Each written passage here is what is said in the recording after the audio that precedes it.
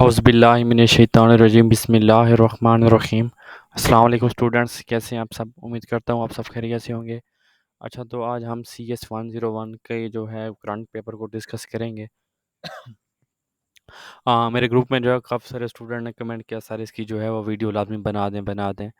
तो चलो मैंने कहा आज इसके ऊपर ज़रा काम करके इसको सेट करके मैं बना देता हूँ। तो ये तकरीबन मैंने 35 क्वेश्चन जो है इसमें रखे हुए हैं, तकरीबन कोई 5 से 7 पेपर के दरमियान पेपर जो है वो सवाल मैंने उससे कलेक्ट किए हैं। और 5-7 से भी ज़्यादा भी हो सकता है, क्योंकि वो ग्रुप में जितने भी थे तो सारों को कलेक्टली जमा किया, तो उसको रिगार्डिंग फिर उसको जो है एग्जीक्यूट किया है, ठीक है। तो आपसे रिक्वेस्ट, अगर चैनल पे न्यू है तो काइंडली चैनल को ज़रूर सब्सक्राइब करें, और व्हाट्सएप ग्रुप भी ज्वाइन कर सकते हैं, डिस्क्रिप्शन में आपको लिंक मिल जाएगा, ठीक है। सबसे पहला क्वेश्चन लिखता है difference between compiler and interpreter, ठीक है।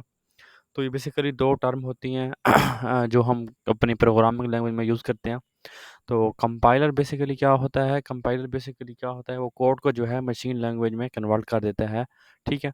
तो ये उस कोड को इनके रीड शीट किए बगैर यानी ऐसे ही उसको बस उसका काम है रन कर देना। लेकिन जो ट्रांसले ये होता है इंटरप्रेटर, ये कोड को लाइन बाय लाइन ट्रांसलेट करता है और लाइन बाय लाइन एग्जीक्यूट करता है। तो डेफ़िनेटली अब जो कंपाइलर है वो ईज़ी टू यूज़ है, और जो इंटरप्रेटर है वो फ्लेक्सिबल तो है, लेकिन उसके जो है वो टाइम ज़्यादा लगता है, ठीक है ना? तो वो जो है ये जो है हमारे पास इंटरप्रेटर वाला ये तरीकाकार बहुत फ़ास्ट है, ठीक है? तो बहरहाल दोनों का फिर यूज़ करना है हमने। नेक्स्ट क्वेश्चन है pre test loop and post test loop. तो जैसे प्री टेस्ट लूप बता रहा है कि ये लूप ऐसी होगी जो टेस्ट से पहले होगी, ठीक है? और वो जो होगी वो लूप उसके बाद वाली होगी। तो प्री टेस्ट से क्या मुराद है? Pre test loop is a test for termination that is performed before the body is executed. इनके बॉडी को एग्जीक्यूट करने से पहले जो हम लूप यूज़ कर रहे हैं, तो वो प्री टेस्ट लूप होगी, और जो उसके बाद वाली होगी वो हम ले इधर लिखा हुआ है after the body is executed, तो वो होगी पोस्ट टेस्टेड लूप, ठीक है। नेक्स्ट क्वेश्चन लिखता है top down methodology and top up methodology. तो ये 2 टर्म है, ये भी बहुत इंपॉर्टेंट शॉर्ट क्वेश्चन है। ये शॉर्ट क्वेश्चन जितने भी मैंने रखे हुए हैं लॉन्ग में इसमें कोई डिस्कस किए हैं, तो वो सारे बहुत ही इंपॉर्टेंट हैं। जो टॉप डाउन मेथडोलॉजी है, ये बेसिकली हम जो प्रोग्रेस इसके अंदर देखते हैं, वो प्रोग्रेस कौन-कौन सी होती है? वो मूव करती है general to specific top down में। टॉप अप में जो है वो स्पेसिफिक टू जनरल में मूव करती है प्रोग्रेस, ठीक है। ये डिफरेंस हमने याद कर लेना है। नेक्स्ट क्वेश्चन है, ये इंपॉर्टेंट लॉन्ग क्वेश्चन भी है और शॉर्ट भी है, कि स्टेप ऑफ मेकिंग टी। ये हम एल्गोरिदम में डिस्कस करते हैं कि एल्गोरिदम हमें बताता है। एल्गोरिदम बेसिकली क्या होता है? सीरीज ऑफ स्टेप, जिनके स्टेप का एक जो सीरीज होती है उसको हम एल्गोरिदम कहते हैं। तो हमने चाय बनानी है तो हम क्या बनाएंगे, कैसे कैसे लिखेंगे? तो ये बिल्कुल बहुत ही इंपॉर्टेंट लॉन्ग क्वेश्चन भी है, शॉर्ट क्वेश्चन भी है। सबसे पहला पॉइंट लिखता है put water in the cattle, यानी कि कैटल में हम जो है सी से पता नहीं कैटल होता है या के से, पर इसको आपने देख लेना है। Put water in cattle. दूसरे नंबर पे हम करेंगे बॉयल वाटर। तीसरे नंबर पे हम क्या करेंगे? Put T in water. Fourth पे करेंगे ऐड मिल्क। और 5 नंबर पे हमने स्टीयर करना है, इनके उसको हिलाना है। 6वें नंबर पे हमने उसको शुगर डालनी है। 7वें नंबर पे हम टी डालनी है, इनके उसके चाय वाली जो हमारे पास होती है, जो हम बाज़ार से मिलती है वो वाली। और 7th पे हमने जो है उसको फेथ अप करके बस उसको इनके पी लेना है। तो ये हमारा था इनके 8 स्टेप था टी बनाने का। नेक्स्ट कहता है IPR स्टैंड फॉर क्या होता है? तो ये बेसिकली हमारे पास होता है इंटेलेक्चुअल प्रॉपर्टी राइट्स। तो ये राइट्स होते हैं, इसकी शॉर्ट फॉर्म IPR होता है, इसको अभी देख लेना है। नेक्स्ट क्वेश्चन कहता है कंटेंट फ़िल्टरिंग। तो क्या लिखता है? Content filtering is about controlling what internet content B assessed, इनके कंटेंट फ़िल्टर जिनके उसको कौन सा कंटेंट हमें जो इंटरनेट पे मिल रहा है फ़िल्टर होके। तो कहते हैं इट ब्लॉक अनवांटेड और inappropriate website based on set rules, ठीक है। तो ये वही कहता है कि अनवांटेड को ब्लॉक कर देता है, जो जो हमारे पास एक्सेसिबल हो उसको हम कंटेंट फ़िल्टरिंग में अंदर डिस्कस करते हैं। नेक्स्ट कहता है सॉफ्टवेयर डेवलपमेंट साइकिल के फेज़ के नाम आया था। ये लॉन्ग क्वेश्चन में भी आ सकता है, शॉर्ट में भी आ सकता है। तो ये 7 फेज़ डिस्कस किए गए हैं।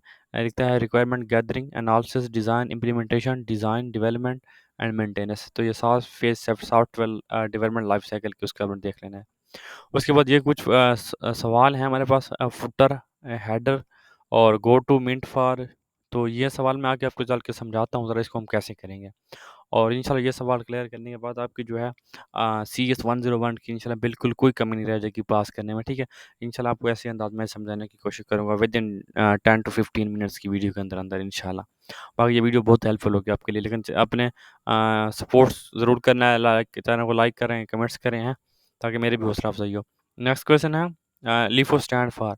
LIFO बेसिकली क्या होता है, लास्ट इन फर्स्ट आउट, ठीक है। तो ये बता रहा है सिंपल सी, ये बहुत इंपॉर्टेंट, आपने इसको याद कर लेना है। क्या लिखता है, it's often principal use in computer science and programming. तो इसको कहता है हम प्रोग्रामिंग में और कंप्यूटर साइंस में यूज़ करते हैं, डेटा स्ट्रक्चर में भी यूज़ करते हैं, स्टैक्स के अंदर। ये प्रोग्राम के अंदर आप डिस्कस करेंगे इसको, स्टैक्स। नेक्स्ट कहते हैं commit point, the point at with the all step in translation है बी रिकॉर्ड इन लॉन्ग, यानी कि जो हम इस ऐसा पॉइंट होता है जिधर हम ना ट्रांसलेशन को एक लॉग के फॉर्म में रिकॉर्ड करते हैं, तो वो हमारे पास कमिट पॉइंट होता है। नेक्स्ट क्वेश्चन है ड्रॉप कैप। तो ड्रॉप कैप क्या कहते हैं, is a large decorative initial letter at the beginning of paragraph in printed material. Printed material के अंदर जो बिगिनिंग के पैराग्राफ के बिगिनिंग में आता है, तो उसको हम ड्रॉप कैप कहते हैं। और बहुत इंपॉर्टेंट शॉर्ट क्वेश्चन कहता है HTTP जो है सिक्योर वर्जन इसका कौन सा है, तो इसका जो सिक्योर वर्जन है वो HTTPS है, hyper text transfer protocol secure, ठीक है। ये इसका जो है वो वो सिक्योर वर्जन है। शॉर्ट क्वेश्चन भी आता है, MCQs भी आता है। और उसके बाद एल्गोरिदम में बता चुका हूँ आपको, सीरीज ऑफ स्टेप होता है किसी भी प्रॉब्लम को सॉल्व करने के लिए, ठीक है। तो आपने इसको खुद देख लेना, ये सिंपल सी है। नेक्स्ट कहता है मेथड इन ऊप के, ऊप के अंदर जो मेथड होते हैं उसको हम क्या कहते हैं, method of function associated with the class और ऑब्जेक्ट्स डिफाइनिंग इट्स बिहेवियर, ठीक है। तो ऊप के अंदर जो है, ऊप बेसिकली क्या होती है, ऑब्जेक्ट ओरिएंटेड प्रोग्रामिंग होती है। तो कहते हैं मेथड जो होता है उस वो लिंक कर रहा होता है क्लास के साथ या ऑब्जेक्ट के साथ, उसको हम क्लास या ऑब्जेक्ट कहते हैं, जो क्या करता है, डिफाइन करता है इसके बिहेवियर को। और व्हाट इज कहता है सिंपल अरे। तो सिंपल सी बात है भाई, वन डिमेंशनल अरे को हम क्या कहते हैं, सिंपल अरे कहते हैं। ये शॉर्ट क्वेश्चन भी आया तो आया हुआ है, और MCQ में भी आता है कि सिंपल अरे कौन सी है, तो वो वन डिमेंशनल अरे जो होती है इनके 1D, वो सिंपल अरे होती है। नेक्स्ट क्वेश्चन कहता है रिलेशनल ऑपरेटर साइन कौन से होते हैं, तो ये साइन होते हैं रिलेशनल ऑपरेटर के। हम सिंपल मैथ में अंदर एक ही बराबर इक्वल का साइन डालते हैं कि इक्वल होता है, लेकिन हम प्रोग्रामिंग जब बात करते हैं तो उसके लिए हम दो इक्वल लगाते हैं, ये दो लगे हुए हैं, ठीक है। उसके बाद नॉट इक्वल के लिए हम एक इक्वल का साइन डालेंगे, और एक हमने स्लैश, इसको क्या कहते हैं, ये साइन जो है इसको हम डाल देंगे, ठीक है। और ये greater less than, greater equal than, ये सारे साइन में देख लेना, ये भी बहुत इंपॉर्टेंट है। तो नेक्स्ट इंपॉर्टेंट शॉर्ट क्वेश्चन भी और MCQs भी, कि टर्निंग टेस्ट को किसने प्रपोज किया था। टर्निंग टेस्ट को प्रपोज किया था एक ब्रिटिश मैथमेटिशियन था और कंप्यूटर साइंस भी था, ये एलन टर्निंग, जो उसको पेश किया गया था 1950 के अंदर। इसको भी आपने लाजमी अच्छे से कर लेना है। और दूसरा एक एक कंसेप्चुअल सवाल है, वो था कि अगर आपका कोई डाटा हैकर चोरी करना चाहता है तो उसके रोकने के लिए बेस्ट टेक्निक कौन कौन सी हो सकती हैं। तो डेफिनेटली अब आप सोशल मीडिया यूज़र हैं तो आपको पता होना चाहिए कि या हम फेयरवॉल जो एक्सटेंशन यूज़ करते हैं, जो आपको पता होगा जब हम गूगल में क्विज़ वगैरह करते हैं तो ये हम इंस्टॉल कर देते हैं, जो क्या कर देती है, दूसरी तमाम ट्रैफिक को ब्लॉक कर देती है। अगर यही क्विज़ मैं किसी और क्रोम के ऊपर करूँ, तो उधर में मेरे पास जो है वो सारी इनकी दूसरी वेबसाइट ये ट्रैफिक को वो अलाउ कर देती है, लेकिन गूगल के अंदर जब हम ये इंस्टॉल कर लेते हैं तो वो अलाउ नहीं करती। बहरहाल रेगुलर अपडेट्स हमने करते रहना है। अगर हम व्हाट्सएप की बात कर रहे हैं तो व्हाट्सएप की अंदर हम रेगुलर जब अपडेट्स करते रहेंगे तो हमें रेगुलर न्यू अपडेट्स मिलती रहेंगी। टू स्टेप वेरिफिकेशन ऑथेंटिकेशन जो होता है, ये भी बहुत इंपॉर्टेंट है। इवन हम जितने भी सोशल मीडिया प्लेटफॉर्म यूज़ करते हैं, इंस्टाग्राम करें, फेसबुक करें, व्हाट्सएप करें, तो उसके अंदर ये फैक्टर होता है, और ये जो है हमारी प्राइवेसी को बहुत स्ट्रांग बना देता है। पासवर्ड स्ट्रांग होना चाहिए, एंटी मालवेयर सॉफ्टवेयर इंस्टॉल होना चाहिए, और अवॉइड करना चाहिए पब्लिक कंप्यूटर से, ठीक है। तो ये कुछ ऐसी चीज़ें हैं जो हमें हैकर से बचाने में मदद दे सकती हैं। नेक्स्ट क्वेश्चन कहता है डिलीट क्वेरी इन डेटाबेस। तो ये बेसिकली हम यूज़ करते हैं रिमूव करने के लिए किसी रो को टेबल से, ठीक है। तो विद अ रिलेशनल डेटाबेस, तो ये लिखता है is a type of database operation that is used to remove one और more row from table. Table में से हम किसी एक या दो रो को रिमूव करने के लिए ये क्वेरी यूज़ करते हैं। तो ये स्पेसिफिक कहता है मकसद रिकॉर्ड होता है that match certain condition. Next question कहता है process program and process and algorithm. तो ये लॉन्ग क्वेश्चन में भी आया हुआ है, तो शॉर्ट में भी आ सकता है। प्रोग्रामिंग जो होता है, कहता है set of instruction written in the programming language that specify the sequence of step to perform a particular task. तो ये प्रोग्राम का पता होगा अच्छे से आपको। नेक्स्ट क्या है प्रोसेस, प्रोसेस क्या रहता है, process is a dynamic execution of program, it represent a running instance of a program in memory, ठीक है। और नेक्स्ट क्वेश्चन ये भी इंपॉर्टेंट लिखता है, how database storage is better than a file storage. तो कहता है file processing system provide less flexibility इन डेटा, जबकि DBMS यानी कि डेटा बेस मैनेजमेंट सिस्टम जो होता है उसके अंदर मोर फ्लेक्सिबिलिटी होती है। फाइल प्रोसेसिंग के अंदर क्या कहता है, do not provide data consistently, लेकिन वो जो है डेटा को एक नॉर्मल तरीके से तो इनकी पैटर्न के जरिए हमें प्रेजेंट करता है। और लेस कम्प्लेक्स होता है, लेकिन जो डेटाबेस होता है वो मोर कम्प्लेक्स होता है, ठीक है। और कहता है क्लिपबोर्ड कमांड फंक्शन, तो ये भी मैं ज़रा आपको समझाऊंगा। ये मैंने दूसरा टैब खोला हुआ है, तो ये यहाँ की बात कर रहा है कि क्लिपबोर्ड के अंदर हम क्या क्या चीज़ें देख रहे हैं, बराबर ये मैं आपको अभी समझाता हूँ। ये पीछे भी 2 शॉर्ट क्वेश्चन मैंने स्किप किया और ये भी 3 हो गया। मैं सारा समझाऊँगा आपको। और नेक्स्ट कहता है step of SDLC software development life cycle, तो इसके जो 4 स्टेप हैं वो अपने याद कर लेना अच्छे से। और requirement analysis, design, implementation, testing, ठीक है। नेक्स्ट क्वेश्चन कहता है हिपा एंड कोपा, ये बेसिकली 2 हमारे पास एब्रिविएशन है। ये है health insurance portability and accountability act, दूसरा है children online privacy protection act. ये बहुत इंपॉर्टेंट है, एमसीक्यूज में भी आते हैं और शॉर्ट क्वेश्चन भी आते हैं, दोनों के लिए तैयार कर लेना है। नेक्स्ट बहुत ही इंपॉर्टेंट शॉर्ट क्वेश्चन और एमसीक्यूज, इम्पेरेटिव पैराडियम क्या होते हैं। तो इम्पेरेटिव पैराडियम का दूसरा नाम है वो है प्रोसीजरल पैराडियम, जो रिप्रेजेंट करते हैं ट्रेडिशनल अप्रोच को प्रोग्रामिंग प्रोसेस की। जो प्रोग्रामिंग प्रोसेस की ट्रेडिशनल अप्रोच होती है उसको ये रिप्रेजेंट करते होते हैं। नेक्स्ट क्वेश्चन कहता है सेलेक्ट ऑपरेशन, सेलेक्ट ऑपरेशन क्या होता है।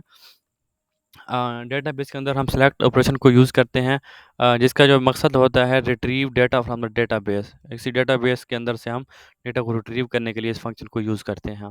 थोड़ी सी अगर डिटेल भी लिखी हुई है आप उसको ज़रा भी देख सकते हैं। नेक्स्ट क्वेश्चन कहता है डिसएडवांटेज ऑफ असेंबली लैंग्वेज।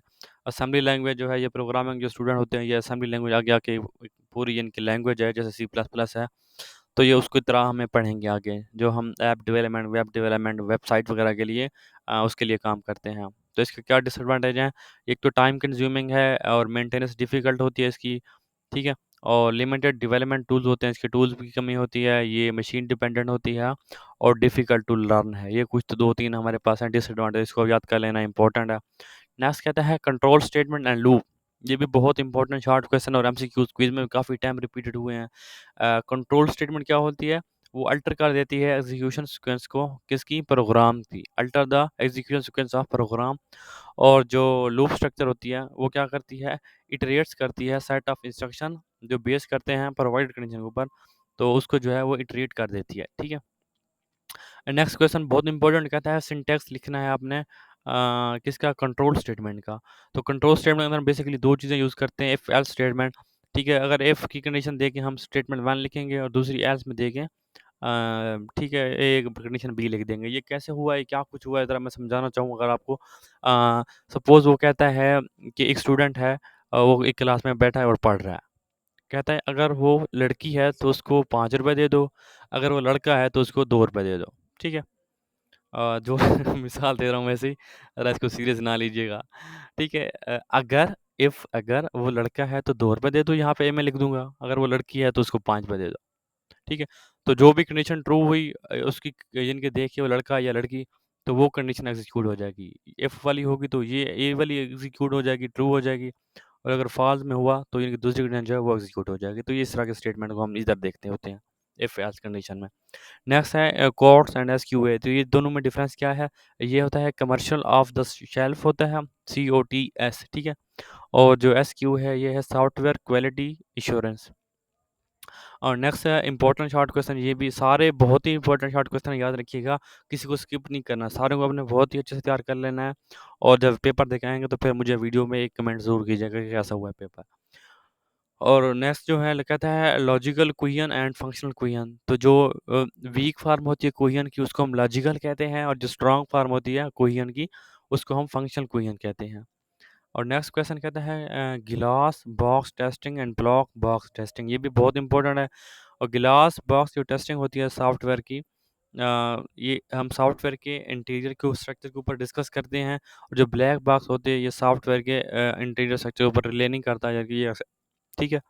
ये लिखा हुआ है इधर, which refer to the test, ये वो टेस्ट होता है जिनकी we do not rely on the knowledge of the software interior composition. ये इंटीरियर पे कंपोजिशन पे बेस नहीं कर रहा, लेकिन ये जो है उसके इंटीरियर पे बेस कर रहा है। लिखता है user this knowledge when designing the test, ठीक है।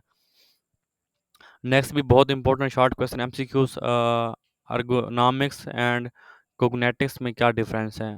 तो जो जो है आर्गोनॉमिक्स है, आर्गोनॉमिक्स, ये बेसिकली फिजिकल एबिलिटीज़ ह्यूमन की हम इसके अंदर डिस्कस करते होते हैं, लेकिन इसके अंदर जो है हम मेंटल एबिलिटी डिस्कस करते हैं कोग्नेटिक्स के अंदर। कॉग्निटिव के अंदर मेंटल, और आर्गोनॉमिक्स के अंदर फिजिकल एबिलिटीज़ जो ह्यूमन की होती हैं। नेक्स्ट क्वेश्चन कहता है हेड एंड टेल। तो जो बिगिनिंग होती है किसी भी लिस्ट की, तो उसको हम हेड कहते हैं, हेड कहते हैं, ठीक है। हेड ऑफ द लिस्ट होता है वो, जो बिगिनिंग में होता है, जो एंड होता है उसको हम टेल कहते हैं। टेल जिसको पता होगा यार, सिंपल सी बात है, टेल एंड वाला होता है, हेड जो ऊपर होता है। तो बिगिनिंग में हमें हेड आता है और लास्ट में जो हमारे पास टेल आती है, तो वही है। और नेक्स्ट भी बहुत इंपॉर्टेंट शॉर्ट क्वेश्चन है, स्कीमा एंड सब सब स्कीमा, ठीक है। और स्कीमा जो होता है कि डिस्क्रिप्शन डिटेल होती है इंटायर डेटाबेस की, ठीक है। और लेकिन वो जो होती है वो एक स्पेसिफाइड यूज़र के लिए किसी उस डेटाबेस का एक पोर्शन होता है, जिसके अंदर हम सब सबको पता होगा, सब कैटेगरी, ये जिसको हम छोटे टुकड़े में डिवाइड कर रहे होते हैं। तो ये उसी डेटाबेस का एक एक छोटा टुकड़ा होता है, जो पार्टिकुलर यूज़र अपने किसी मकसद के लिए यूज़ करता है। लेकिन ये जो होता है स्कीमा, ये डिस्क्रिप्शन डिटेल होती है किसी भी इंटायर डेटाबेस स्ट्रक्चर की। इसको यूज़ करते हैं, कहता है सॉफ्टवेयर को टू मेंटेन द डेटाबेस। तो इसको जो यूज़ करते हैं उसका क्या मकसद होता है डेटाबेस सॉफ्टवेयर के अंदर, कि डेटाबेस को हमने मैनेज कैसे करना है, उसके लिए हम इसको यूज़ करते हैं। तो ये थे मेरे पास 36 क्वेश्चन जिसको हमने कर लिया है। तो अब ज़रा चलते हैं यूँ समझ लें, मैं आपको लेक्चर नंबर 178 से 234 तक करवाने की कोशिश कर रहा हूँ, सिर्फ छोटी सी लेंथ के अंदर। तो यहाँ पे ज़रा देखिएगा, हमारे पास ये मैंने एमएस वर्ड खोला हुआ है, यहाँ पे हमारे पास एक रिबन का नाम जो है, मैं रेड से हाईलाइट करता हूँ। ये जो है हमारे पास होम पेज है, ठीक है। और होम के अंदर फिर इसको कैटेगरी, सब कैटेगरीज में किया हुआ है। क्लिपबोर्ड इसके आ जा रहा है, फ़ॉन्ट आ रहा है इसके अंदर, पैराग्राफ आ रहा है, स्टाइल आ रहा है, और भी इसके आगे भी कुछ आ रही हैं, ठीक है। तो वो बेसिकली जो शॉर्ट क्वेश्चन मुझसे पूछ रहा था कि क्लिपबोर्ड के अंदर हम क्या-क्या चीज़ देख रहे हैं। तो ज़रा अपने दिमाग से सोचिएगा क्लिपबोर्ड के अंदर क्या चीज़ें देख रहे हैं। ये एक पेज वाला आपको नज़र आ रहा है, पेस्ट वाला, और कट वाला भी खड़ा है इसके अंदर, कॉपी वाला भी खड़ा है, और फॉर्मेट पेंटर भी खड़ा है। ये सारा हम किसके अंदर देख रहे हैं? क्लिपबोर्ड के अंदर। मैं दोबारा अगर आपको शॉर्ट क्वेश्चन वो दिखाऊँ, कि वहाँ पे मैं क्या डिस्कस कर रहा था, ताकि फिर आपको समझने में थोड़ी-सी आसानी हो। ठीक है? किधर गया वो शॉर्ट क्वेश्चन भाई, किधर गया?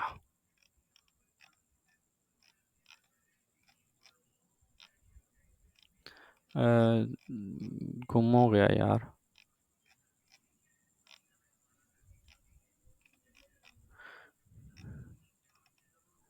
किधर गया भाई? अ, यार वो भी लिखा हुआ तो था। अच्छा, हम किसी और को देख लेते हैं। ऐसे ये खड़ा है, फुटर हाइडर की बात कर रहा है, ठीक है। गो टू वाला भी फंक्शन खड़ा है हमारे पास। हम ज़रा दूसरे में चलते देखते हैं कि ये हमारे पास फंक्शन किधर-किधर है। हम बात करें तो यहाँ पे हमारे पास ये फंक्शन खड़े हैं, रिप्लेस वाले और गो टू वाले, ठीक है। तो ये वाले खड़े हैं इधर, सेलेक्ट, रिप्लेस, फाइंड वाले। तो वो इसकी बात कर रहा था। तो ये हमारे पास ये सारी कैटेगरी इसके अंदर हमारे पास खड़ी है, फ़ॉन्ट की, पैराग्राफ की, और स्टाइल वगैरह की। तो किसी का पूछ सकता है कि यहाँ पे मुझे भैया इसका कलर, उसको पैराग्राफ को उसका फ़ॉन्ट का कलर चेंज करना है, तो वो यहाँ से कर रहे हैं हम।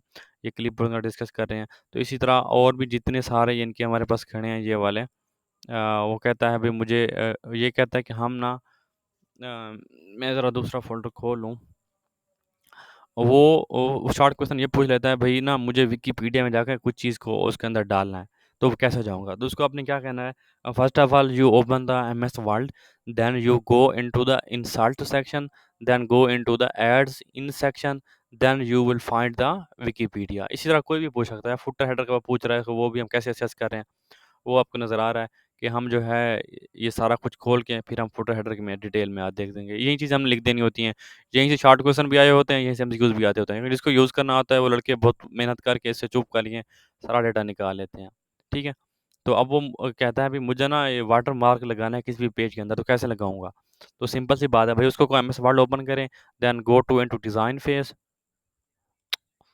यार ये हाइलाइट गलत हो रहा है। ठीक है, ये डिज़ाइन फेज़ में आ रहा है, उसके बाद क्या आ रहा है, उसके बाद हमारे पास फ़ेज़ आ रहा है ये वाला, ठीक है? सॉरी ये वाला नहीं, ये वाला आ रहा है, ठीक है? यानी कि पेज बैकग्राउंड में अगर उसको जाओ ये मिलेगा हमारे पास सामने खड़ा है अपना वाटरमार्क वाला, ये पेज बॉर्डर भी खड़ा है। ये सारा हम इसी तरह इसको असेस करेंगे आराम से, बिल्कुल बगैर किसी परेशान रट्टा लगाए। और यहाँ से मस्ट है, एक तो लॉन्ग क्वेश्चन भी आ जाते हैं, एक तो शॉर्ट क्वेश्चन भी आ जाते हैं। सेम इसी तरह आपने इसको पकड़ के इस तरह आपने अडॉप्ट कर लेना है। कोई भी पकड़ ले यार, इसमें क्या परेशानी वाली बात है? अभी इतने तो बच्चे हैं नहीं, कोई भी चीज़ वो पूछे आपको मिले ना। तो बेसिकली वो पूछता सिंपल ही है, होम से ही कुछ ना कुछ पूछ लेता है। भाई मुझे ना अपना इसको बोल्ड करना है, मैं कैसे बोल्ड करूँगा? तो भाई उसको सिंपल कहो, भई होम में जाओ और फ़ॉन्ट वाले सेक्शन में जाओ और ये बोल्ड खड़ा है आपका। अगर यहाँ से नहीं मिल रहा उसको डायरेक्ट आप वहाँ पैराग्राफ को सेलेक्ट करो और सेलेक्ट करने के बाद कंट्रोल V प्रेस करो, आपको बोल्ड हो जाएगा। तो ये सारी सिंपल सी करनी है, अंडरलाइन वाला खड़ा है, ये स्क्वायर रूट वाला खड़ा है, ये हम डायरेक्ट उसके अपना फ़ॉन्ट का जो है साइज़ इंक्रीज़ कर रहे हैं इधर से, ठीक है? ये देखें। कोई भी साइड मैं लफ्ज़ लिख देता हूँ। अब इसको मैं इंक्रीज़ करना चाह रहा हूँ तो ये इसको सेलेक्ट करूँगा और यहाँ से मैं इंक्रीज़ करता जाऊँगा। सिंपल सी बात है, अब इसमें कौन-सी मुश्किल वाली बात है।